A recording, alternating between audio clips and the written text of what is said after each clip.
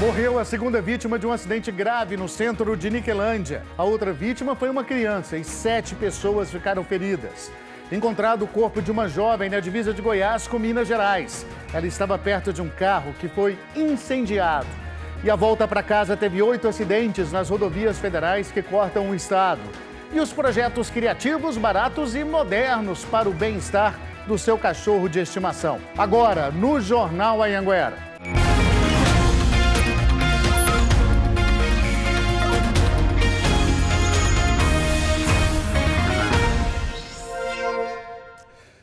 Olá, muito boa noite para você. Agora 7h12, estamos ao vivo com as principais notícias da sua cidade e da sua região. A gente começa falando da volta para casa do Réveillon. 8 acidentes nas rodovias federais aqui de Goiás. 13 pessoas ficaram feridas. A chuva deixou a estrada escorregadia, mas teve também muita imprudência. Foram quase 240 multas por ultrapassagens proibidas e motoristas bêbados. São mais de 1.000 quilômetros de estradas nas BR-060, 452 e 070, atendidos pela Polícia Rodoviária Federal em Rio Verde. Durante todo o feriadão, foram registrados acidentes sem gravidade, a maioria provocada por saídas de pista em função de aquaplanagem. Mas o que ainda chama a atenção é o número de motoristas embriagados. A gente insiste com os motoristas profissionais, que eles respeitem a legislação, que eles não ingiram bebida alcoólica, que eles carregam uma carga de responsabilidade muito maior, por ser condutores que têm cursos especiais. Então a PRF está atenta a esses condutores também, que eles possam dirigir com tranquilidade e respeitar a legislação, que é o mais importante. Foram pelo menos 10 prisões de condutores bêbados. Entre eles, um caminhoneiro de 49 anos que assumiu que havia bebido uma caipirinha antes de pegar a estrada. E ele ainda dirigiria por mais 800 quilômetros até o Paraná. Gera preocupação porque é um motorista profissional, é veículo de carga, e quando se envolve em acidente, a proporção do acidente é muito grande, acidente muito grave. E olha, 2 motoristas bêbados também se envolveram no acidente da BR-414. Foi entre Planalmira e Corumbá de Goiás. 2 carros acabaram batendo de frente e 5 pessoas, Bruno Mendes, muito boa noite para você, acabaram feridas nesse acidente, né? Um acidente feio, Luciano. Boa noite para você, boa noite para todo mundo. Olha, em nota, o Hospital de Urgências aqui de Anápolis disse que dos 5 feridos, 3 já tiveram alta.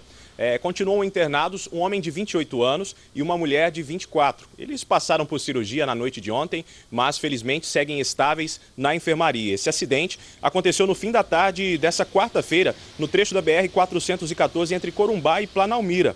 Um utilitário e um sedã bateram de frente. A pancada foi feia, olha aí como os carros ficaram.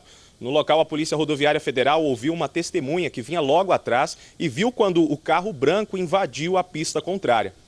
Bem, por meio de um teste preliminar, os agentes descobriram no local que os 2 motoristas estavam dirigindo sob efeito de álcool. Eles se negaram a passar pelo teste do bafômetro, que apontaria o índice de álcool no sangue. A polícia também suspeita que eles estivessem acima da velocidade permitida. Os marcadores de velocidade dos 2 carros travaram em cerca de 100 km por hora no trecho em que, como a sinalização estava indicando lá, a velocidade máxima permitida era de 80 por hora, Luciano. Ficou alerta para esse fim de recesso.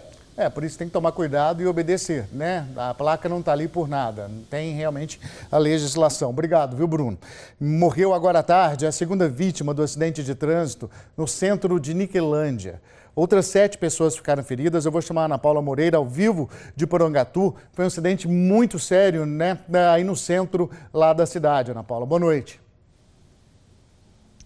Oi, Luciano, boa noite para você, boa noite para todo mundo. Esse acidente aconteceu em um cruzamento, em uma das avenidas mais movimentadas lá da cidade. Uma Kombi atravessava essa avenida quando uma caminhonete que seguia na via principal acertou o veículo em cheio. Nessa Kombi estavam 8 pessoas que iam para uma igreja. Com o impacto da batida, a porta foi arrancada e os passageiros foram arremessados para fora do veículo. Uma criança de 11 anos não resistiu aos ferimentos e morreu antes mesmo de chegar ao hospital. Um senhor de 65 anos foi socorrido, mas também morreu na unidade de saúde. Os outros passageiros foram levados para o Hospital Municipal da cidade e alguns estão com ferimentos graves aguardando vaga em hospitais maiores, como de Anápolis e também da capital. A Polícia Civil vai fazer a perícia nos veículos agora e ouvir testemunhas e também os 2 motoristas para fazer uma reprodução simulada desse acidente para saber as causas desse acidente. E aí por aqui, claro, a gente também continua acompanhando esse caso. Luciano. Muito triste, né? Obrigado, viu, Ana Paula? E o jovem que se afogou num lago em Tarumã, no sudoeste de Goiás, foi enterrado hoje à tarde em Rio Verde. Thierry Luciano Oliveira Silva tinha só 22 anos. Estava passando a virada do ano na casa de uma tia. O corpo de Thierry Luciano Oliveira Silva foi sepultado no cemitério São Sebastião, em Rio Verde. O rapaz tinha 22 anos e morreu ontem, logo após as comemorações da virada do ano. Ele entrou nesse lago que fica em Itarumã para nadar com um amigo, mas no meio do percurso cansou e afundou na água. O amigo também se afogou, mas conseguiu ser socorrido por pessoas que estavam no local.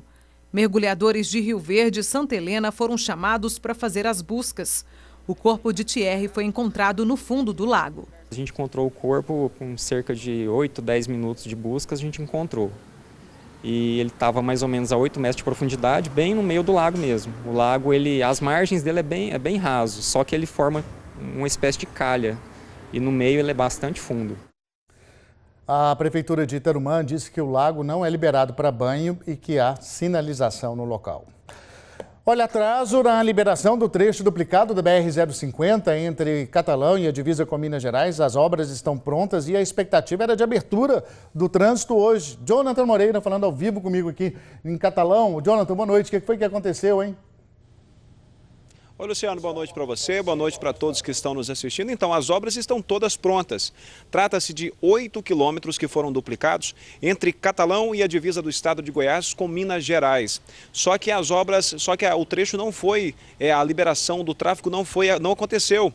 Isso porque amanheceu chovendo, Luciano. Aí nós estivemos lá, falamos com a empresa que administra a via aqui na região e ela nos disse que a chuva atrapalha porque precisa ser feita a sinalização indicando onde é que começa e onde é que termina este trecho duplicado. E, naturalmente, sem essa sinalização, os motoristas correm riscos de acidente. Portanto, esta liberação do tráfego ficou para amanhã. Logo de manhã, pelo menos ali por volta das 7 da manhã, este trecho será liberado para o tráfego. Lembrando que a BR-050, Luciano, é uma das principais rodovias que corta todo o país, ligando Brasília a São Paulo.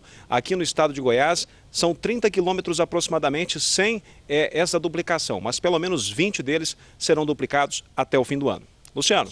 Por isso essa expectativa, a importância dessa rodovia aí para a liberação do trânsito, né? Obrigado, Jonathan. E já está valendo a chamada bandeira branca para contas de energia elétrica. Aqui em Goiás, mais de 3 milhões de consumidores podem ter descontos de até 20% no valor da conta de luz. Só que para isso é preciso economizar. Em meio a tantas contas para pagar, principalmente no começo do ano, ganhar um desconto na tarifa de energia elétrica seria uma boa? Com certeza, né? Porque o dinheiro não tá fácil. Sim, pelo preço que a gente paga, né? Nós, consumidor, merecia pagar um valor bem menos do que nós baixo. A bandeira branca já está valendo e vai oferecer até 20% de desconto na conta de luz para quem consome mais de 200 kWh.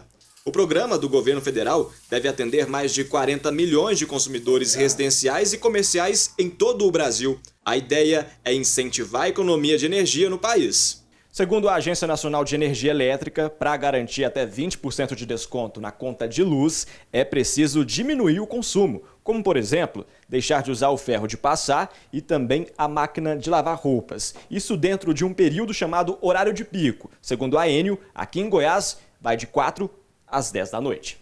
Para aderir à bandeira branca, é preciso ligar na companhia de energia elétrica e solicitar o serviço e a troca do medidor de energia. Mas antes disso, é bom colocar a ideia na balança, porque se o consumo de energia não for reduzido dentro do horário de pico, a conta pode vir mais cara. A Elizabeth é dona desse restaurante em Jataí. Ela paga em média R$3 mil de energia elétrica por mês. Se ela conseguir o desconto de 20%, teria uma economia de quase R$600. Mas para ela, essa tarefa não é nada fácil. Nosso horário de pique é às 18, das 18 até às 22 horas. Então não tem como nós desligar a freezer, desligar TV, entendeu? Os aparelhos que mais consomem energia nesse horário de pique. E lembrando que o consumidor de baixa renda não pode participar desse programa porque já tem a energia subsidiada pelo governo. Segundo a Enel, quem fizer adesão e não perceber ali vantagem na tarifa, pode pedir para voltar ao sistema convencional de cobrança da taxa de energia. Alunos de engenharia de uma faculdade de Goiatuba, no sul do estado, criaram casinhas para cachorro. Olha, mas com materiais diferentes, que além de contribuir para o bem-estar dos animais, esse projeto também foi a oportunidade de colocar em prática os conhecimentos adquiridos em sala de aula. Tivemos um probleminha aí com essa reportagem, fico te devendo, já já te mostro. Vamos falar agora da chuva forte, né? Tem previsão, inclusive, de temporal para amanhã. Veja como é que fica a previsão do tempo.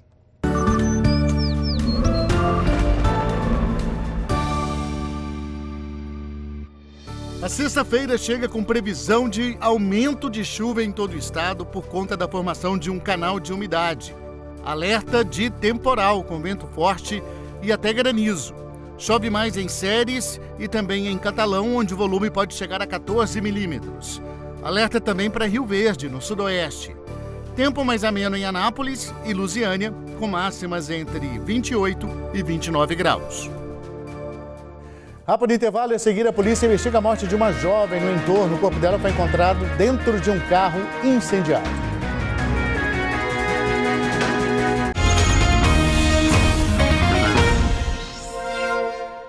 Às 25 minutos, ao longo dos 7 meses, ou de 7 meses no ano passado, o Hospital de Doenças Tropicais recusou quase 500 vezes vagas de internação e consulta. É o que aponta o Ministério Público, que recomendou à direção do hospital a chamada suspensão dos bloqueios. O bloqueio de vagas significa recusa de atendimento de paciente. Para o Ministério Público, uma situação gravíssima. As pessoas que precisavam do hospital eram impedidas de ter o atendimento, de ter acesso ao serviço, devido a naquelas horas não se poder atender, sob qualquer pretexto, superlotação e alguma coisa aí do tipo. O bloqueio de vagas só pode acontecer com justificativa técnica. Por exemplo, a necessidade de isolar uma parte do hospital para fazer algum reparo ou superlotação. Segundo o HDT, os bloqueios não partiram da direção do hospital. Esses bloqueios foram feitos por quem? Pelos médicos do pronto-socorro. Foram e-mails emitidos pelos médicos que estavam no pronto-socorro. Fato preocupante, nós vamos comunicar ao Ministério Público o nome dos profissionais que fizeram esses bloqueios. Além de recomendar a suspensão dos bloqueios, o Ministério Público pediu que o hospital conserte ou troque o broncoscópio, aparelho usado para examinar o pulmão, e também o equipamento que faz tomografia computadorizada. O diretor do hospital diz que até fevereiro esses problemas estarão resolvidos. Em outubro, a Secretaria Municipal de Saúde esteve aqui no HDT para fazer uma auditoria. Os técnicos teriam encontrado várias irregularidades no gerenciamento das vagas de internação do hospital. A mais grave delas, acompanhantes de pacientes estariam ocupando leitos, enquanto outras pessoas que estavam doentes e realmente precisavam de tratamento não conseguiam se internar aqui porque no sistema o hospital aparecia como se estivesse lotado. O diretor diz que até hoje não recebeu os resultados da auditoria e que a denúncia de ocupação irregular dos leitos não procede. Nós levantamos junto ao nosso núcleo de regulação e nada foi verificado nesse sentido. O que nos deixa mais preocupados ainda, né? De onde surgiu essa informação, que relatório é esse, quem assinou. Nos últimos meses, houve 7 demissões de médicos no HDT. O diretor diz que havia um excesso na quantidade de profissionais e que hoje o número está adequado à demanda do hospital, que é especializado no atendimento de pacientes com doenças infecto-contagiosas ou que sofreram picadas de animais peçonhentos, como cobras. Mas o Ministério Público quer que os médicos sejam recontratados. Uma UTI, um pronto-socorro não pode ficar só com o médico. Como é que esse médico vai dar conta de uma demanda? E não se resolve isso suprimindo a demanda com bloqueios. O Conselho Regional de Medicina diz que desconhece essa denúncia sobre a participação de médicos em irregularidades no atendimento do HDT e que apoia as investigações. Nós procuramos o Sindicato dos Médicos de Goiás, mas ainda não recebemos resposta. A Secretaria de Saúde de Goiânia diz que a auditoria feita em outubro no HDT constatou sim que acompanhantes de pacientes estavam nas camas das enfermarias, ocupando o lugar de quem realmente estava doente e precisando de atendimento. A Secretaria Estadual de Saúde informou o seguinte, que a atual diretoria da OS, que administra o hospital, melhorou os mecanismos de controle e também de fiscalização de tudo o que acontece no hospital. O corpo de uma jovem perto de um carro foi foi encontrado. Esse carro estava incendiado na cabeceira de Goiás, bem ali na divisa com Minas. O principal suspeito foi preso. Eu vou chamar o Danilo Moreira, que tem outras informações. Oi, boa noite, Danilo. Oi, Luciano, boa noite para você também, boa noite para todo mundo. Segundo a Polícia Civil, tudo aconteceu por conta de uma briga, um desentendimento entre os dois. Ana Vitória dos Santos Gomes, de 20 anos, foi brutalmente assassinada por um homem identificado como Paulo Henrique Fernandes da Silva, de 24 anos. Os dois se conheceram em uma festa de Réveillon que estava sendo realizada lá na cidade de Cabeceira Grande, no interior de Minas. Logo depois, os dois saíram, acabou tendo um desentendimento e Ana Vitória levou um soco. Ela disse que ia denunciar Paulo Henrique à polícia. Com medo, ele pegou um macaco hidráulico e bateu na cabeça de Ana Vitória por pelo menos 3 vezes. Ela morreu na hora. Logo depois, ele pegou o corpo dela, colocou dentro do carro e trouxe para a cidade de Cabeceira de Goiás, que fica aqui no entorno do Distrito Federal. Logo depois, na manhã dessa quarta-feira, ele procurou a polícia, dizendo que 2 homens haviam roubado o carro dele e que haviam levado Ana Vitória como refém. Mas ele entrou em contradição várias vezes. Logo depois, a Polícia Civil foi até o local, encontrou o corpo de Ana Vitória e o carro queimado. O Paulo Henrique agora pode responder por homicídio qualificado contra a mulher e também por ocultação de cadáver. O inquérito deve ser concluído em 10 dias. Luciano. História de crueldade, né? Obrigado, viu? Bom trabalho.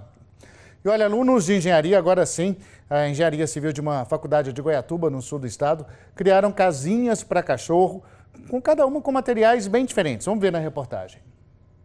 Olha essa casinha, feita com bambu. Ela é inspirada na arquitetura tailandesa. A gente explorou um pouco da ventilação, né? Porque a gente teve aberturas por cima do telhado. A gente explorou também iluminação, que seria um pré-requisito da arquitetura. A casinha projetada pela equipe do Gustavo utiliza materiais recicláveis e de baixo custo, como pallets e pneus. Já dá uma ajuda para a natureza, né? Também já gera um custo menor para a fabricação da casinha. As casinhas estão instaladas no campus da faculdade e tem público para elas. Uma cena comum é ver vários cães pelos espaços da faculdade. Tem casinha pensada para cada tipo de cachorro. Eu pensei num cão de grande porte e também na resistência foi por conta do período que eles vão ficar aqui. O sonho da casa própria não é exclusividade dos humanos. Os animais também precisam de um abrigo. Esse projeto, desenvolvido por alunos do curso de Engenharia Civil de uma faculdade em Goiatuba, propôs resolver esse problema. Daqui para frente, nós vamos avaliando como que é a ocupação desses animais. Professor e alunos agora vão avaliar qual casinha é a mais resistente, qual tipo de material mais se adaptou aos animais. A ideia não é comercializar esse produto, mas ela fica como uma sugestão, uma alternativa de abrigo para esses animais. Esse cachorro não quis muito papo, mas posso garantir que ele gostou do projeto. E aí, aprovou, gostou da casa? O que você tem a dizer?